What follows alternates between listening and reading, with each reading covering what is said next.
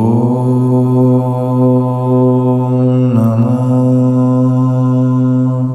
देवाय।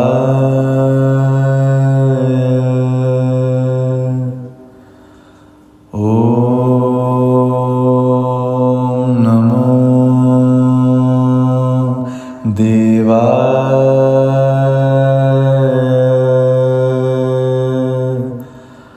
ॐ नमो देवाय। बोलो श्री काली कमली वाली सरकार जी की जय। ਵੈਰਾਗਿਆ ਦਾ ਸਰੂਪ ਧਾਰਨ ਕਰਨਾ। ਵੈਰਾਗਿਆ ਤਿੰਨ ਤਰ੍ਹਾਂ ਦਾ ਹੁੰਦਾ ਹੈ। ਕਾਰਨ ਵੈਰਾਗਿਆ, ਪ੍ਰਕਿਰਤਿਕ ਵੈਰਾਗਿਆ, ਤਰ ਤੀਵਰ ਵੈਰਾਗਿਆ। ਕਾਰਨ ਵੈਰਾਗਿਆ ਜੋ ਕਿ ਕਿਸੇ ਕਾਰਨ ਨਾਲ ਹੁੰਦਾ ਹੈ, ਜਿਸ ਤਰ੍ਹਾਂ ਕੋਈ ਵਿਅਕਤੀ ਧੋਖਾ ਦੇ ਜਾਏ, ਕੋਈ ਨੁਕਸਾਨ ਹੋ ਜਾਏ, ਕਿਸੇ ਦੀ ਮ੍ਰਿਤੂ ਹੋ ਜਾਏ, ਜੋ ਖਾਸ ਪ੍ਰਿਯ ਹੋਵੇ ਉਹ ਅਪਮਾਨ ਕਰ ਦੇ, ਜਿਸ ਨੂੰ ਅਸੀਂ ਪਿਆਰ ਕਰਦੇ ਹਾਂ ਉਸ ਨੂੰ ਕੋਈ ਲੰਬੀ ਬਿਮਾਰੀ ਲੱਗ ਜੇ, ਜਿਸ ਤਰ੍ਹਾਂ ਤੁਲਸੀਦਾਸ ਜੀ ਨੂੰ ਹੋਇਆ। ਤੁਲਸੀਦਾਸ ਜੀ ਆਪਣੀ ਪਤਨੀ ਨਾਲ ਬਹੁਤ ਪਿਆਰ ਕਰਦੇ ਸੀ ਔਰ ਉਹਨਾਂ ਦੀ ਪਤਨੀ ਨੇ ਉਹਨਾਂ ਦਾ ਪਿਆਰ ਨੂੰ ਠੁਕਰਾਇਆ ਤਾਂ ਉਹਨਾਂ ਨੂੰ ਦੁੱਖ ਲੱਗ ਗਿਆ। ਤਾਂ ਇਹ ਕਾਰਨ ਵੈਰਾਗਿਆ ਹੈ ਜੋ ਕਿ ਕਾਫੀ ਦੇਰ ਚੱਲ ਵੀ ਸਕਦਾ, ਕਸ਼ਨਿਕ ਵੀ ਰਹਿ ਸਕਦਾ। ਜਿਸ ਤਰ੍ਹਾਂ ਕਈ ਵਾਰੀ ਗੁੱਸਾ ਚੜ੍ਹਦਾ, ਆਪਾਂ ਸੋਚਦੇ ਹਾਂ ਵੀ ਬਸ ਠੀਕ ਹੈ, ਹੁਣ ਨਹੀਂ ਅਸੀਂ ਫਲਾਂ ਬੰਦੇ ਨਾਲ ਗੱਲ ਕਰਨੀ, ਲੇਕਿਨ ਅਗਰ ਉਹ ਮਾफ़ੀ ਮੰਗ ਲੈਂਦਾ, ਆਪਣਾ ਮਨ ਨਰਮ ਹੋ ਜਾਂਦਾ, ਤਾਂ ਇਸ ਤਰ੍ਹਾਂ ਦੇ ਵੈਰਾਗਿਆ ਨੂੰ ਕਸ਼ਨਿਕ ਵੈਰਾਗਿਆ ਕਹਿੰਦੇ ਨੇ। ਪ੍ਰਕਿਰਤਿਕ ਵੈਰਾਗਿਆ ਇਹ ਸਹਿਜ ਹੁੰਦਾ ਹੈ, ਪਿਛਲੇ ਸੰਸਕਾਰਾਂ ਨਾਲ। ਇਹਦੇ ਨਾਲ ਮਨੁੱਖ ਨੂੰ ਕਿਸੇ ਨਾਲ ਜ਼ਿਆਦਾ ਮੋਹ ਨਹੀਂ, ਕਿਸੇ ਦੀ ਗੱਲ 'ਤੇ ਕ੍ਰੋਧ ਨਹੀਂ ਆਉਂਦਾ, ਆਪਣੀ ਹੀ ਮਸਤੀ 'ਚ ਰਹਿੰਦਾ। ਲੇਕਿਨ ਕਿਸੇ ਮਹਾਂਪੁਰਸ਼ ਦਾ ਸੰਗ ਮਿਲ ਜਾਏ ਤਾਂ ਸੰਸਾਰ ਦੀ ਤਰਫ ਸਵਯੰ ਹੀ ਨਿਰਵਿਰਤ ਹੋਣ ਲੱਗਦੀ ਹੈ। ਤੀਸਰਾ ਹੈ ਤਰ ਤੀਵਰ ਵੈਰਾਗਿਆ। ਇਹ ਨਿਤ ਅਵਤਾਰ ਹੀ ਧਾਰਨ ਕਰਦੇ ਨੇ, ਜੋ ਜੀਵ ਧਾਰਨ ਨਹੀਂ ਕਰ ਸਕਦਾ। ਜੀਵ ਇਸ ਅੰਧਾਧੁੰਦ ਵੈਰਾਗਿਆ ਦੀ ਦਸ਼ਾ ਨੂੰ ਸਹਿਣ ਨਹੀਂ ਕਰ ਸਕਦਾ, ਜਿਸ ਦਾ ਫਲ ਆਤਮ ਸਾਖਤਾਕਾਰ ਹੁੰਦਾ ਹੈ। ਇਸ ਦੀ ਧਾਰਨਾ ਬਹੁਤ ਕਠਿਨ ਔਰ ਬਰੀਕ ਹੈ। 2-4 ਦਿਨ 'ਚ ਹੀ ਮਹਾਰਾਜ ਸਾਹਿਬ ਜੀ ਨੇ ਤਰ ਤੀਵਰ ਵੈਰਾਗਿਆ ਦਾ ਸਰੂਪ ਧਾਰਨ ਕਰ ਲਿਆ। ਆਪਣੇ ਘਰ ਤੋਂ ਹਰਿਦੁਆਰ ਦੀ ਤਰਫ ਚੱਲੇ। ਕੁਛ ਦਿਨ ਹਰਿਦੁਆਰ ਪਹੁੰਚ ਕੇ ਉੱਥੇ ਸਭ ਵਿਦਵਾਨਾਂ ਦੀ ਕਿਰਿਆ, ਉਹਨਾਂ ਦੇ ਗੁਣ, ਉਹਨਾਂ ਦੀ ਨਿਸ਼ਠਾ ਦੇਖਣ ਲੱਗੇ। ਜਿਸ ਜਗ੍ਹਾ ਵੀ ਕਿਸੇ ਵਿਦਵਾਨ ਆਚਾਰਿਆਂ ਪਾਸ ਭਗਜਨਾਂ ਦਾ ਇਕੱਠ ਹੁੰਦਾ, ਮਹਾਰਾਜ ਸਾਹਿਬ ਜੀ ਉੱਥੇ ਚਲੇ ਜਾਂਦੇ।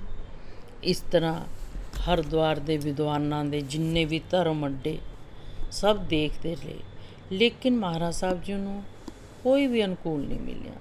ਸਾਰੇ ਜਗਤ 'ਚ ਫਸੇ ਹੋਏ ਦਿਖੇ, ਜਗਤ 'ਚ ਫਸਾਉਣ ਵਾਲੇ ਦਿਖਾਈ ਦਿੱਤੇ।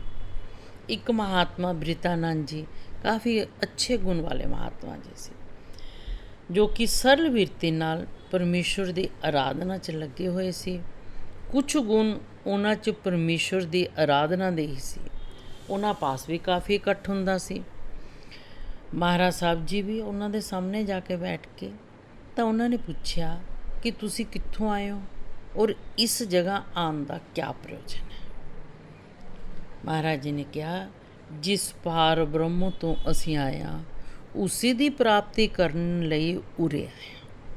ਤਾਂ ਬ੍ਰਿਤਾਨੰਦ ਜੀ ਨੇ ਕਿਹਾ ਕਿ ਇਹ ਆਵਾਜ਼ ਅੱਜ ਤੱਕ ਸਾਡੇ ਕੰਨ 'ਚ ਕਦੇ ਵੀ ਸੁਣਨ ਤੋਂ ਨਹੀਂ ਆਈ। 80 ਵਰਸ਼ ਦੀ ਆਯੂ ਹੋ ਚੁੱਕੀ,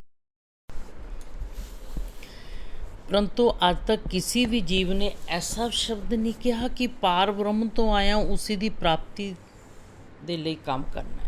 ਬੜੀ ਵਿਚਿੱਤਰ, ਬਹੁਤ ਅਦਭੁਤ ਬ੍ਰਿਤੀ ਦਾ ਸ਼ਬਦ ਹੈ। ਇਸ ਦੀ ਪੂਰਤੀ ਕਰਨ ਲਈ ਤਾਂ ਪਾਰ ਬ੍ਰਹਮ ਹੀ ਨਿਤ ਅਵਤਾਰ ਬ੍ਰਹਮ ਬੇਤਾ ਦਾ ਚੋਲਾ ਧਾਰਨ ਕਰਕੇ ਪੂਰਤੀ ਕਰ ਸਕਦੇ। अन्य कोई आचार्य कोटि इसकी पूर्ति नहीं कर सकते। असी तो आचार्य कोटि च ही आप जी दे तर तीव्र विरागे की भावना नूं पूरा करन लई असी असमर्थ हाँ, असी नहीं कर सकते। असी तुहानूं शिष्य बनाउण लई ਅਸੀਂ ਯੋਗ ਨਹੀਂ ਹਾਂ। ਇਹ ਅਸੀਂ ਤੁਹਾਡੇ ਸਾਹਮਣੇ ਸੱਤਿਆਵਾਨੀ ਕਹਿ ਰਹੇ ਹਾਂ। ਅਸੀਂ ਥੋੜ੍ਹਾ ਥੋੜ੍ਹਾ ਇਸੇ ਮਾਰਗ ਦੀ ਉਪਾਸਨਾ 'ਚ ਚੱਲੇ ਹੋਏ ਹਾਂ ਔਰ ਪਹੁੰਚ ਜਾਣ ਦੀ ਉਮੀਦ ਨਹੀਂ ਰੱਖਦੇ।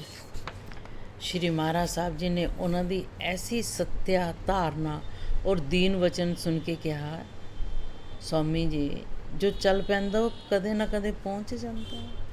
ਜਿੰਨਾ ਇੰਨਾ ਸੱਤਿਆ ਭਾਵ ਤੁਹਾਡੇ 'ਚ ਹੈ ਔਰ ਇਹੀ ਸੱਤਿਆ ਭਾਵ ਨਿਤ ਅਵਤਾਰ ਬ੍ਰਹਮ ਬੇਤਾ ਵਿਅਕਤੀ ਦੇ ਸਵਰੂਪ ਅੱਗੇ ਖੜਾ ਕਰ ਦਿੰਦਾ ਹੈ।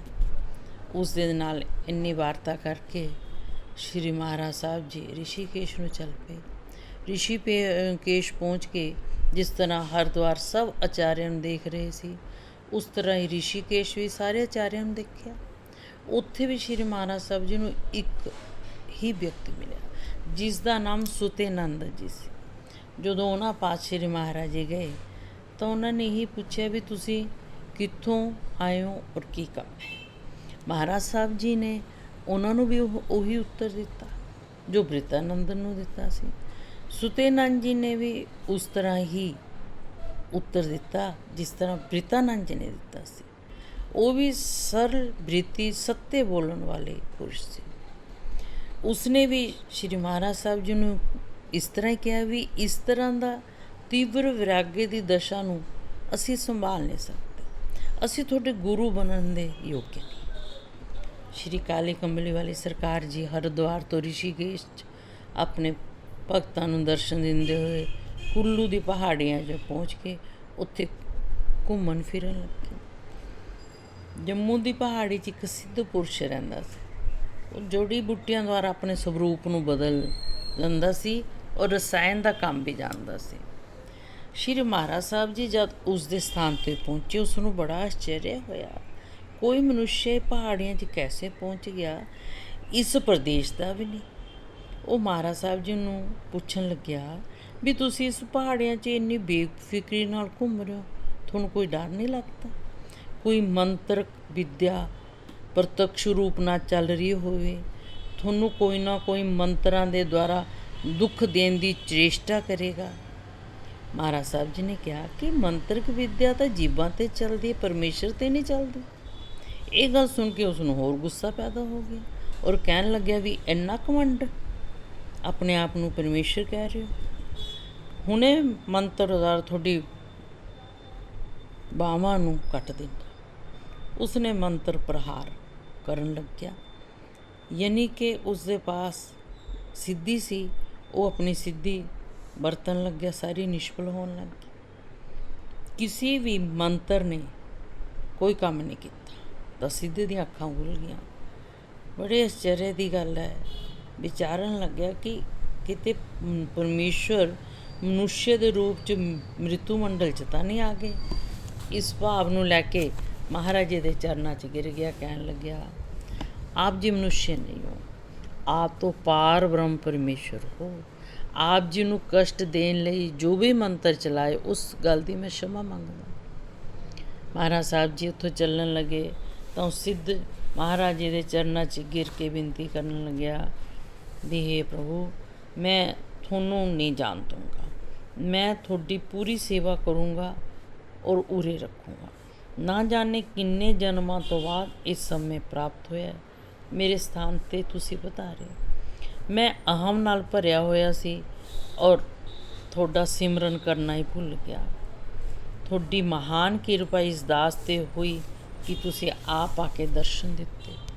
ਉਸ ਦੀ ਐਸੀ ਭਾਵਨਾ ਪ੍ਰੀਤੀ ਨਿਰਅਭਿਮਾਨਤਾ ਨੂੰ ਦੇਖ ਕੇ ਮਹਾਰਾਜ ਜੀ ਨੇ ਉੱਥੇ ਰਹਿਣਾ ਸਵੀਕਾਰ ਕਰ ਲਿਆ। ਨਾਲ ਇੱਕ ਸ਼ਰਤ ਰੱਖਤੀ।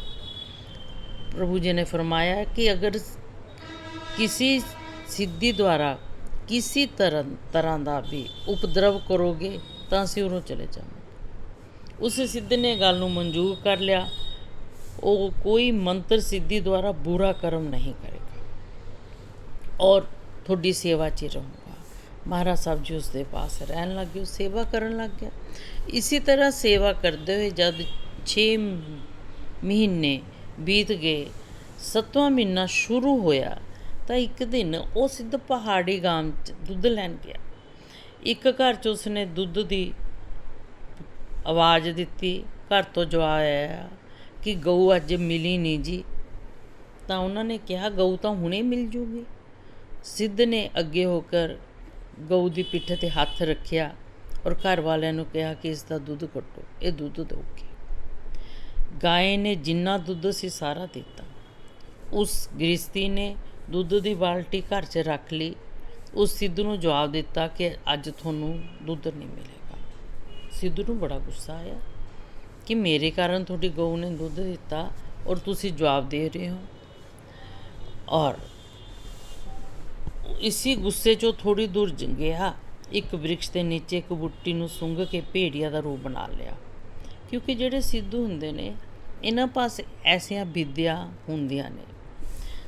ਫਿਰ ਜਾ ਕੇ ਉਸ ਗ੍ਰਸਤੀ ਦਾ ਲੜਕਾ ਜੋ ਘਰ ਦੇ ਪਾਸ ਹੀ ਖੇਡ ਰਿਹਾ ਸੀ ਉਸ ਨੂੰ ਝਪਟ ਕੇ ਮਾਰਤਾ। ਆਪ ਭੱਜ ਗਿਆ। ਪਹਾੜੀ ਲੋਕ ਡੰਡੇ ਲੈ ਕੇ ਭੱਜਣ ਲੱਗੇ ਕਿ ਕੋਈ ਭੇੜੀਆ ਆਇਆ, ਉਹਨੂੰ ਮਾਰੀਏ।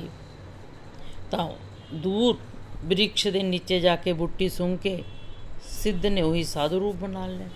ਇਹ ਦ੍ਰਿਸ਼ ਮਹਾਰਾਜ ਜੀ ਦੇਖ ਰਹੇ ਸੀ। ਜਦੋਂ ਸਿੱਧ ਵਾਪਿਸ ਸਥਾਨ 'ਤੇ ਪਹੁੰਚਿਆ ਤਾਂ ਮਹਾਰਾਜ ਜੀ ਨੇ ਪੁੱਛਿਆ, ਇਹ ਪਹਾੜੀ ਲੋਕ ਸ਼ੋਰ ਕਿਉਂ ਮਚਾ ਰਹੇ ਨੇ? ਸਿੱਧ ਨੇ ਕਿਹਾ, ਮਹਾਰਾਜ ਭੇੜੀਆ ਕਿਸੇ ਬੱਚੇ ਨੂੰ ਮਾਰ ਗਿਆ, ਉਸਦੇ ਪਿੱਛੇ ਸ਼ੋਰ ਮਚ ਰਿਹਾ ਹੈ। ਮਹਾਰਾਜ ਜੀ ਨੇ ਬੜੇ ਭਿਆਨਕ ਸ਼ਬਦਾਂ 'ਚ ਕਿਹਾ ਕਿ ਦੁਸ਼ਟ ਪੁਰਸ਼, ਪਹਿਲਾਂ ਤੁਹਾਨੇ ਮੈਨੂੰ ਪਰਮੇਸ਼ਰ ਸਮਝਿਆ, ਹੁਣ ਬੱਚੇ ਨੂੰ ਮਾਰ ਕੇ ਤੂੰ ਮੇਰੇ ਸਾਹਮਣੇ ਝੂਠ ਬੋਲਦਾ। ਐਸੇ ਦੁਸ਼ਟ ਪਾਪ ਆਤਮਾ ਪੁਰਸ਼ਾਂ ਦਾ ਦਰਸ਼ਨ ਕਰਨਾ ਵੀ ਪਾਪ ਹੈ, ਜੋ ਥੋੜੇ ਜਿਹੇ ਦੁੱਧ ਲਈ ਬੱਚੇ ਦੀ ਹੱਤਿਆ ਕਰਦੇ। ਇਸੀ ਕਰਕੇ ਵਿਦਵਾਨਾਂ ਨੇ ਕਿਹਾ ਕਿ ਦਇਆ ਤੋਂ ਬਗੈਰ ਸਿੱਧ ਕਸਾਈ ਹੁੰਦਾ। ਸੋ ਪ੍ਰਤੱਖ ਰੂਪ ਨਾਲ ਅਸੀਂ ਦੇਖ ਲਿਆ। ਇਸੀ ਤਮੋਗੁਣੀ ਬਿਰਤੀ ਦੁਆਰਾ ਤੁਸੀਂ ਲੋਕ ਪਹਾੜਾਂ 'ਚ ਠੋਕਰਾਂ ਖਾ ਰਹੇ ਹੋ। ਪਰਮੇਸ਼ਰ ਦੀ ਪ੍ਰਾਪਤੀ ਹੋ ਕੇ ਵੀ ਤੁਹਾਨੂੰ ਨਹੀਂ ਹੁੰਦੀ। ਸਾਧੂ ਭਗਤ ਔਰ ਬ੍ਰਾਹਮਣ ਨੂੰ ਤਾਂ ਤਮੋਗੁਣ 'ਚ ਨਹੀਂ ਹੋਣਾ ਚਾਹੀਦਾ। ਤਮੋ ਬੜੀ ਦੂਰ ਪਹੁੰਚੇ ਹੋਏ ਸਾਧੂ ਭਗਤ ਔਰ ਬ੍ਰਾਹਮਣਾਂ ਨੂੰ ਨੀਚ ਯੋਨੀ 'ਚ ਲੱਗਿਆ ਜਾਂਦਾ ਹੈ। ਮਹਾਰਾਜ ਸਾਹਿਬ ਜੀ ਦੇ ਨੇਤਰਾਂ ਦਾ ਰੂਪ ਦੇਖ ਕੇ ਸਿੱਧ ਥਰ ਕੰਬਣ ਲੱਗਿਆ। ਉਸ ਦੇ ਸਵਾਸ ਉਸ ਦੇ ਉੱਪਰ ਦੇ ਉੱਪਰ, ਨੀਚੇ ਦੇ ਨੀਚੇ ਰਹਿ ਗਏ। ਉਹ ਸ਼ੂਨਿਆ ਅਵਸਥਾ ਦੀ ਤਰ੍ਹਾਂ ਹੋ ਗਿਆ ਔਰ ਭਗਵਾਨ ਜੀ ਦੇ ਸਾਹਮਣੇ ਤਰਾਹੀਮਾਮ ਕਰਦਾ ਹੋਇਆ ਉਹਨਾਂ ਦੇ ਚਰਨਾਂ 'ਚ ਗਿਰ ਕੇ ਬੇਹੋਸ਼ ਹੋ ਗਿਆ। ਜਦੋਂ ਉਸ ਨੂੰ ਹੋਸ਼ ਆਇਆ, ਮਹਾਰਾਜ ਨੇ ਕਿਹਾ ਕਿ ਉੱਠ ਕਰ ਖੜਾ ਹੋ ਜਾ, ਸੱਚੀ ਗੱਲ ਦੱਸ, ਲੜਕੇ ਨੂੰ ਤੈਨੇ ਮਾਰਿਆ ਜਾਂ ਨਹੀਂ? ਤਾਂ ਸਿੱਧ ਥਰ ਕੰਬਦਾ ਹੋਇਆ ਕਹਿਣ ਲੱਗਿਆ, ਮਹਾਰਾਜ ਜੀ क्षमा ਕਰੋ, ਮੈਨੇ ਹੀ ਮਾਰਿਆ ਹੈ, ਇਹ ਮੇਰਾ ਹੀ ਕੰਮ ਹੈ। ਬਾਰ क्षमा ਦੀ ਭੀਖ ਮੰਗਣ ਲੱਗਿਆ। ਮਹਾਰਾਜ ਸਾਹਿਬ ਜੀ ਦਇਆਮਈ ਸਰਕਾਰ ਹੈ। ਦਿਆਲੂ ਸੁਭਾਅ ਹੋਣ ਦੇ ਕਾਰਨ ਉਹਨਾਂ ਨੇ ਕਿਹਾ ਕਿ ਅਗਰ ਤੂੰ क्षमा ਚਾਹੁੰਦਾ ਹੈ ਤਾਂ ਅੱਗੇ ਲਈ ਮੰਤਰ ਵਿਦਿਆ, ਰਸਾਇਣ ਵਿਦਿਆ, ਤਾਂਤਰਿਕ ਵਿਦਿਆ, ਇਹ ਜੋ ਬੁੱਟੀ ਸੁੰਘ ਕੇ ਭੇੜੀਆ ਬਣ ਜਾਂਦੇ ਆ, ਇਨ ਸਾਰੀ ਗੱਲਾਂ ਦੀ ਪ੍ਰਤਿੱਗਿਆ ਕਰੋ ਕਿ ਅੱਗੇ ਵਾਸਤੇ ਮੈਂ ਨਹੀਂ ਕਰੂੰਗਾ, ਸਿਰਫ ਪਾਰ ਬ੍ਰਹਮ ਪਰਮੇਸ਼ਰ ਦਾ ਭਜਨ ਹੀ ਕਰੂੰਗਾ, ਤਾਂ ਹੀ क्षमा ਹੋ ਸਕਦੀ ਹੈ। ਉਸੀ ਸਮੇਂ ਸਿੱਧ ਨੇ ਇਹ ਸਾਰੀਆਂ ਗੱਲਾਂ ਨੂੰ ਛੱਡਣ ਦੀ ਪ੍ਰਤਿੱਗਿਆ ਕੀਤੀ। ਪਾਰ ਬ੍ਰਹਮ ਪਰਮੇਸ਼ਰ ਦੇ ਧਿਆਨ ਭਜਨ 'ਚ ਜੁਟ ਗਿਆ। ਇਸ ਤਰ੍ਹਾਂ ਘੁੰਮਦੇ ਹੋਏ ਸਰਕਾਰ ਸਾਇਆ ਨਗਰ ਆ ਗਏ। ਮਹਾਰਾਜ ਸਾਹਿਬ ਜੀ ਦੇ ਵਾਪਸ ਘਰ ਪਹੁੰਚਣ 'ਤੇ ਮਾਤਾ ਪਿਤਾ ਦੀ ਖੁਸ਼ੀ ਦਾ ਠਿਕਾਣਾ ਨਹੀਂ ਰਿਹਾ। ਔਰ ਉਸੀ ਸਮੇਂ ਅਸ਼ਟਵਸ਼ਾਂਤ ਸ਼ੋਤਰ ਪਦ ਕਿਸੇ ਦੇ ਦੁਆਰਾ ਇਹ ਆਵਾਜ਼ ਆਈ ਕਿ ਰਾਏਪੁਰ ਗ੍ਰਾਮ ਦੇ ਕੁਛ ਦੂਰ 'ਤੇ ਨੰਦੂ ਆਸ਼ਰਮ 'ਚ ਵੀਤਰਾਗ ਮਹਾਂਪੁਰਸ਼ ਨਿਵਾਸ ਕਰਦੇ ਨੇ। ਉਹ ਦਰਸ਼ਨ ਦੇ ਯੋਗ ਨੇ। ਉਹਨਾਂ ਦਾ ਪ੍ਰੇਮ ਪਿਤਾ ਜੀ ਨਾਲ ਪਹਿਲਾਂ ਤੋਂ ਸੀ। ਕੰਬਲੀ ਵਾਲੀ ਸਰਕਾਰ ਪ੍ਰਭੂ ਜੀ ਸ਼੍ਰੀ ਗੁਰਦੇਵ ਜੀ ਦੇ ਚਰਨ ਕਮਲਾਂ ਨੂੰ ਦੇਖਣ ਲਈ, ਅਪਣਾਉਣ ਲਈ ਨੰਦੂਆਣੇ ਆਸ਼ਰਮ ਨੂੰ ਚੱਲਦੀ ਹੈ। ਬੋਲੋ ਸ਼੍ਰੀ ਸਤਿਗੁਰਦੇਵ ਮਹਾਰਾਜ ਕੀ।